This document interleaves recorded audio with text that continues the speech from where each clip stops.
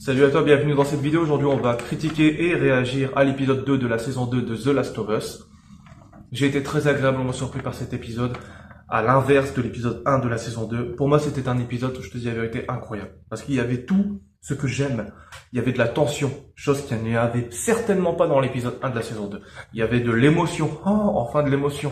Chose qu'il n'y avait pas dans l'épisode 1, parce que Dina et Ellie, bon, t'as vu ma critique et mes réactions. Et il y avait des infectés.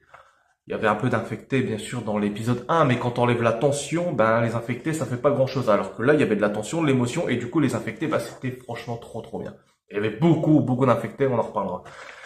Et un autre point que j'ai vraiment adoré dans cet épisode, et j'en reparlerai, c'est le post-apo communautaire, en fait. J'aime l'idée, en fait, qu'il y ait des communautés, mais surtout des communautés organisées, survivalistes. Ça, c'est trop bien. Donc vraiment, dans cet épisode, il y avait plein de choses que j'ai aimées qui font que je trouve à la fin cet épisode incroyable. Mais j'aimerais d'abord parler de la tension. Parce que comme je disais, si tu nous proposes un monde d'infectés mais qu'il n'y a pas de tension, ça va être compliqué de ressentir des choses en fait. Ça va être compliqué de ressentir de la tension. Par exemple, on a eu par exemple Tommy qui commence à s'inquiéter que Joël ne revient pas parce qu'il commence à avoir la tempête, tout ça. Un petit peu de tension. On commence à voir Abby qui rencontre Joël. Un petit peu de tension.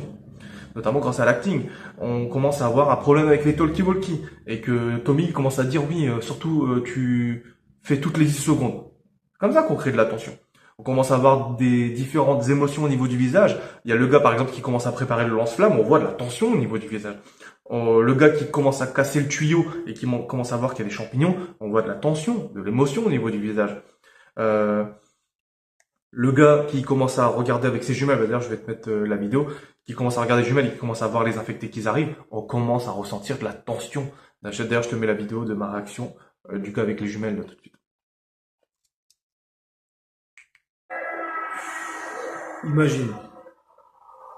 Imagine. Oh là là là là là là.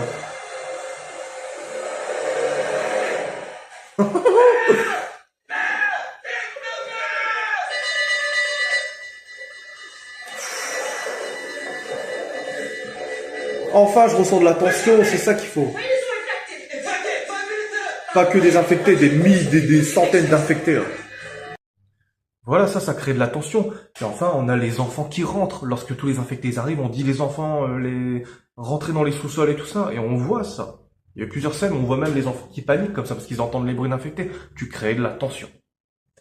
On voit Ellie qui court à un moment donné parce qu'elle se rend compte en fait que Joël n'est peut-être pas est peut-être dans la tempête ou je ne sais quoi. On voit la panique aussi sur Ellie à ce moment-là. Et c'est comme ça qu'on crée de la tension qui va magnifier, je sais pas si ça se dit, l'arrivée des infectés. Merci et j'espère qu'ils vont continuer en ce sens. Ça va être compliqué de dépasser cet épisode honnêtement. En parlant d'infectés, dans cet épisode il y en a beaucoup, comme tu sais. C'est pas pour me déplaire. J'ai adoré cet épisode grâce à cela. Je vais partager quelques vidéos de réaction. Déjà, la première, c'est quand Abby découvre des zombies congelés. Donc ça, c'est très étonnant. C'est pas du tout dans le jeu. Mais apparemment, les zombies peuvent être congelés, ou en tout cas une sorte d'hibernation, et que dès qu'ils ressentent la viande entre guillemets, ben ils se réveillent. Donc voilà, je te mets ma réaction de quand Abby découvre ces infectés congelés.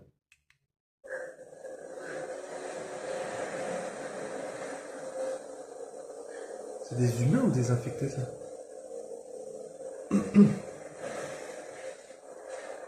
Ah, je suis vraiment content de voir cette scène. Ça me rappelle vraiment le jeu vidéo, c'est vraiment cool. Et on ressent bien le froid, on sent qu'ils sont vraiment dans un environnement réel. C'est cool ça. Ah, je crois. C'est vraiment cool. Donc voilà, et puis on a bien sûr cette scène qui est assez incroyable quand Abby se fait poursuivre par les infectés. Il y a, d'un point de vue cinématographique, on voit de loin, c'est trop bien. Je te mets tout de suite la réaction. C'est trop bien. Ouh, ça c'est cool ça.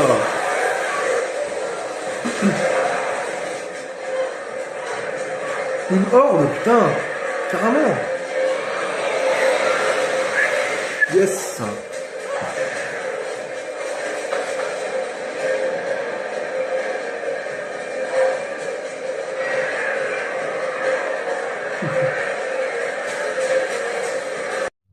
C'est quelque chose qu'on n'avait pas vu justement dans cette série, dans la saison 1, mais c'est... J'ai cru que j'allais couper la vidéo. Mais c'est vrai qu'il y a des hordes. Enfin, tu me mets des hordes, et pas une seule horde, deux hordes qui vont se transformer en une énorme horde. Je te mets la vidéo tout de suite quand les deux hordes se rassemblent, quelque chose comme ça, c'est juste trop bien, quoi.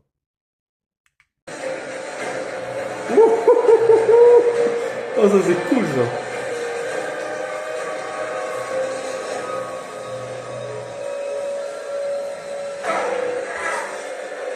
Du coup, ça les réveille, en fait.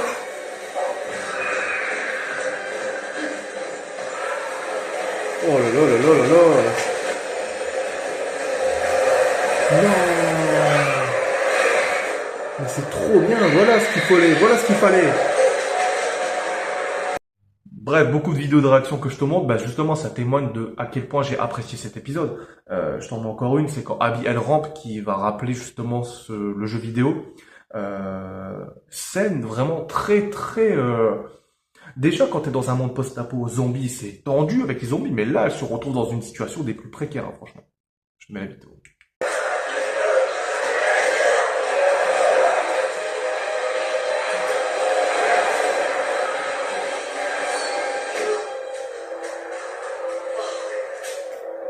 C'est cool. J'aime bien. Je t'ai dit, mon espoir dans cette série, la saison 2, là. Ah, ouais, comment le jeu, je me rappelle ça. Ouh, mon espoir, c'est Abby.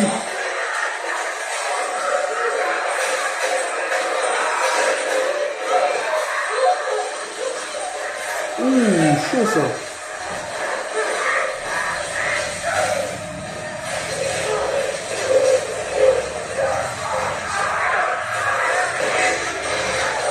Oh là, c'est horrible.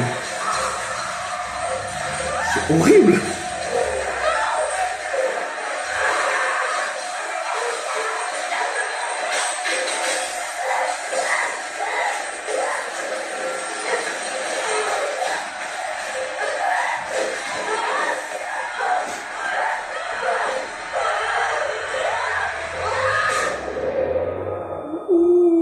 Voilà, comment tu veux te sortir de ce genre de situation? Je veux dire, t'imagines quoi? C'est déjà flippant. Et là, tu ressens encore plus la tension parce que juste avant, ça a été préparé avec les émotions, avec l'acting, avec la tension des différentes personnes, des différents personnages.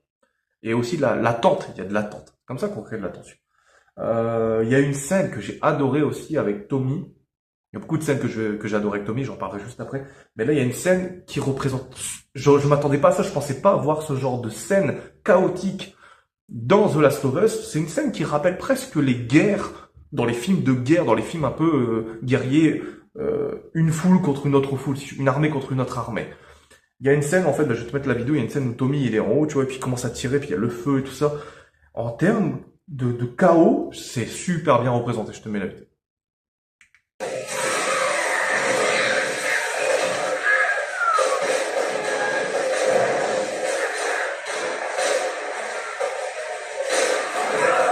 Et je m'attendais pas à ça.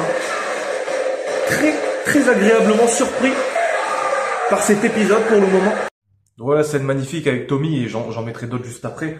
Et puis une autre scène avec les infectés que j'ai vraiment adoré aussi, c'est la scène avec les chiens que je vais te mettre tout de suite. Mais ça témoigne d'une chose, ça témoigne que de l'aspect organisation communautaire qui est super important. Les chiens, ils sont dans le jeu, mais il n'y avait pas plus d'intérêt que cela. Pour moi, c'était des chiens comme animal de compagnie.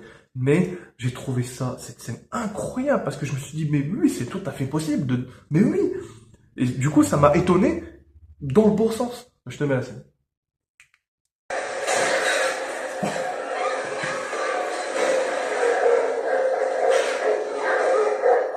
Ah ouais, les chiens. Oh, putain, mais c'est trop cool. Un pauvre chien, tu me diras, mais ils sont super bien organisés, c'est trop bien, je kiffe ça.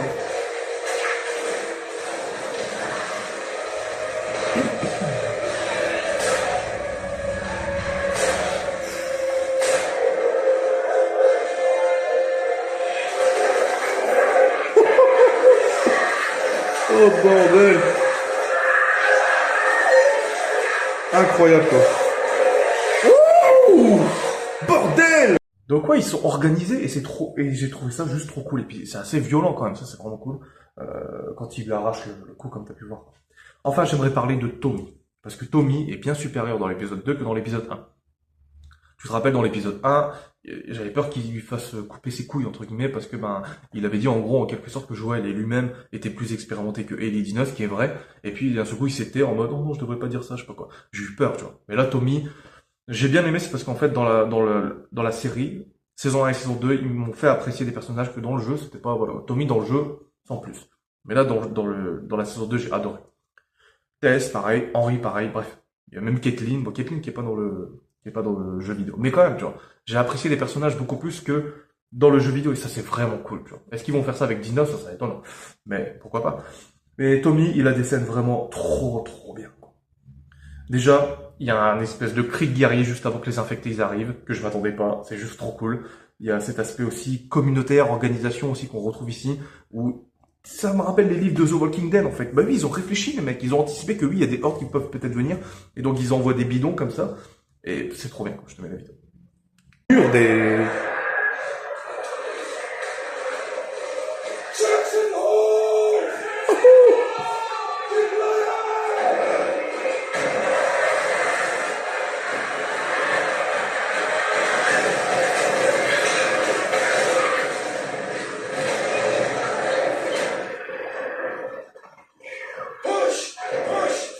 Pourquoi il leur tire pas dessus là aussi?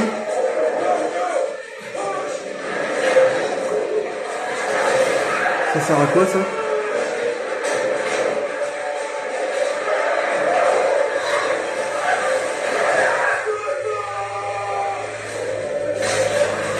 Ça c'est trop bien, putain.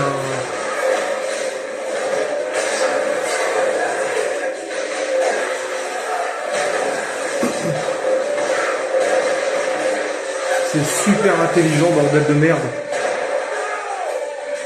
Oh là là là là, c'est trop cool. C'est vraiment trop cool. Putain.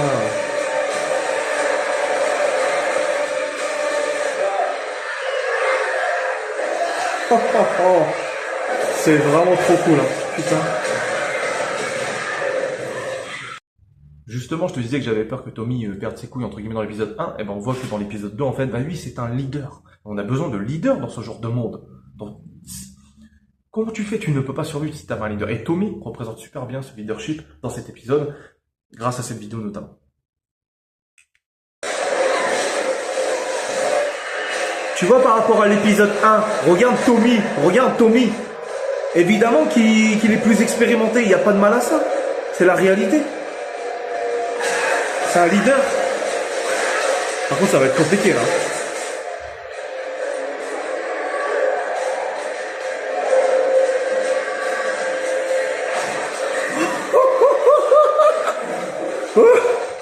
Non. Cocktail Molotov en vrai. Et oui, l'épisode au-delà de Tommy te surprend aussi avec cette arrivée du colosse. Franchement, cet épisode, quand je dis que c'est mon préféré, c'est parce que j'ai ressenti plein de choses. Quand tu ressens plein de choses devant un film ou devant une série, tu te dis, bah forcément, ça va t'impacter, ça t'a impacté et tu vas pas l'oublier. Bah c'est ça en fait. C'est quand j'y repense juste après, bah je me dis, c'était un excellent épisode. Notamment grâce à l'arrivée de ce colosse. Et ouais, Tommy aussi, je mettrai pas toutes les scènes de Tommy, ça tu peux les retrouver sur TikTok, parce que bah sinon après il va y avoir des problèmes de droit d'auteur comme tu sais. Mais il y a une autre scène aussi, j'ai adoré, bah Tommy qui sauve Maria en quelque sorte. Badass de ouf, parce que les autres s'en vont et Tommy reste là et il va attirer l'attention du colosse pour éviter qu'il aille vers Maria. C'est trop bien.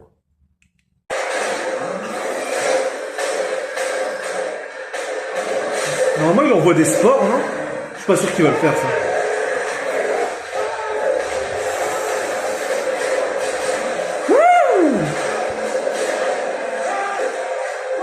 Come on, Tommy. Ouh. Bon voilà pour Tommy, j'ai mis d'autres scènes sur TikTok, notamment quand il se bat contre le colosse et tout ça. Scène un peu plus longue. Mais voilà, n'hésite pas à aller voir. Rapidement, je parlerai des décors. Je parlerai pas de décor post-apo, mais il y a juste un décor que je vais te montrer qui est un décor naturel ou qui m'a juste étonné. Enfin, qui m'a pas étonné, mais que j'ai apprécié tout simplement parce que j'aime bien la nature, tout ça. Donc voilà, je te le mets tout de suite. Oh.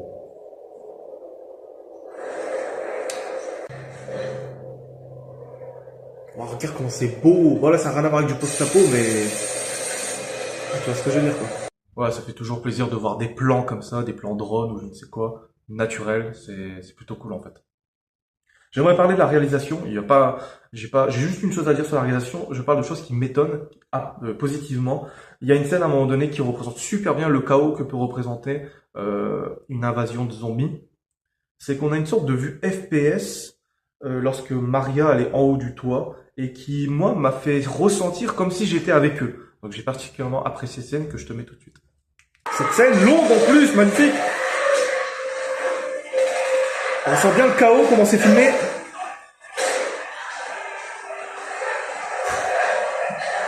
Franchement, nickel hein, pour l'instant. Enfin, j'aimerais parler de l'acting pour terminer cette vidéo. On va d'abord parler de Abby, l'acting de Abby. J'apprécie beaucoup Abby de par l'épisode 1. C'est elle un peu mon espoir de cette saison. Mais quand j'ai vu l'épisode 2, franchement, je commence à avoir de plus en plus d'espoir. J'espère que ça va aller vraiment en continuant. Il partage d'abord un flashback. Et j'expliquerai pourquoi j'ai apprécié énormément qu'ils mettent ce flashback maintenant et non après comme dans le jeu vidéo. Je te mets le flashback d'ailleurs au passage où tu peux voir l'acting de Abby qui est trop bien aussi, quoi. Oh. Donc on voit le Abby qui va découvrir son père du coup. He's dead.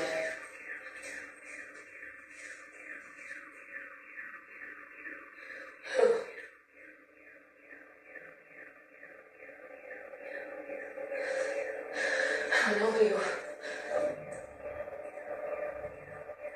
Don't go in there. Stop it. I'm telling you, go back. No. His brains are on the floor.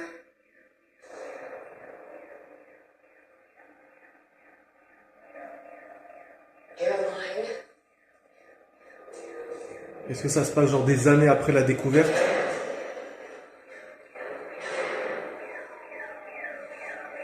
Elle a toujours du mal à accepter.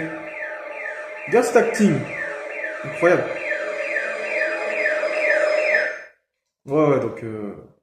Lorsque tu fais de l'acting, c'est très important parfois de ressentir l'acting, l'émotion de la personne, pas juste à travers les mots, mais aussi à travers les yeux. Et justement, il y a une scène d'Abby, lorsque Joel est avec elle, avant d'aller dans l'endroit où il va se faire buter. On voit Abby de l'émotion sur son visage, en fait, de la peur. En fait, on ressent de la peur, on ressent aussi du choc parce qu'elle est face à Joel. Il y a plein d'émotions différentes et on le ressent. Je te mets tout de suite la vidéo. Elle joue très bien, Abby, j'aime beaucoup. C'est là que j'aime beaucoup le personnage d'Abby, c'est aussi de par son acting, on ressent son shift émotionnel à un moment donné. C'est que elle a de la douceur. Mais lorsqu'elle a dépassé le choc de voir Joel, elle n'est plus que vengeance et on le ressent particulièrement dans cette scène que je te mets là. Sorry, I'm Abby. This is Nora, Manny, Owen, and Mel. Jackson, come in. Tommy, come in. Do you copy? Her name's Tina. Jackson, come in. Tina? Jackson. And he is Joel. Jackson, do you copy? Does anyone copy? Any patrols? Anyone? Joel.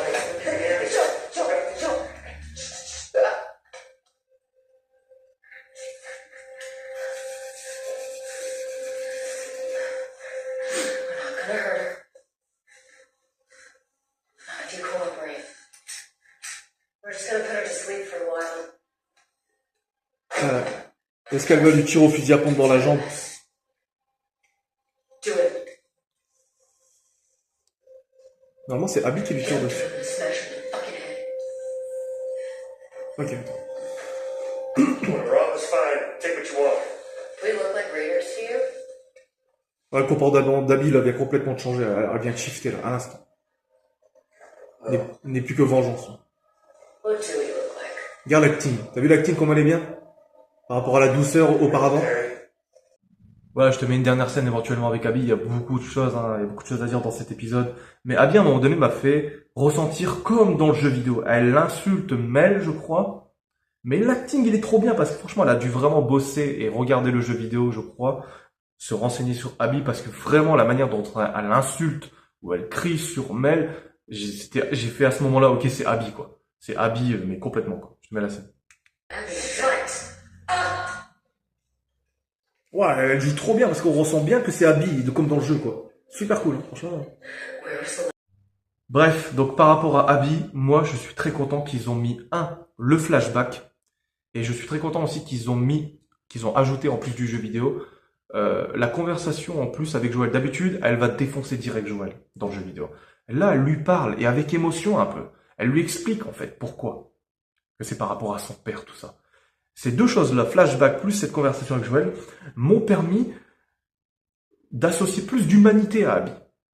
De moins la détester même. On comprend pourquoi elle fait les choses. Parce que Joël a tué plein de gens. On aime Joël, mais il a tué plein de gens. Et on comprend maintenant beaucoup plus Abby. Dans le jeu vidéo, je pense qu'ils auraient dû faire ça, en fait. Et aussi la faire moins musclée, je sais. Ça a un peu enlevé, ça a ajouté beaucoup plus de côté très rigide à Abby dans le jeu, je trouve, cette carrure qu'elle n'a pas dans la série. Et je trouve que ça aide à avoir plus d'empathie pour elle, personnellement.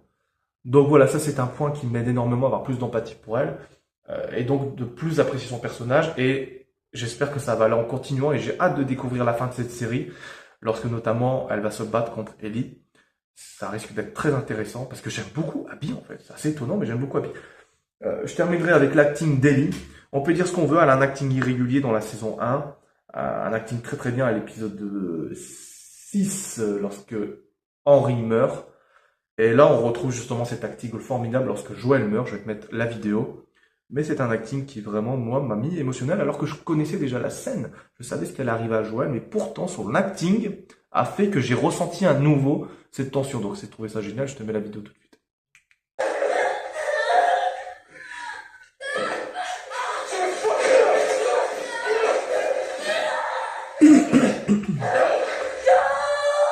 Oh, l'acting, t'as vu?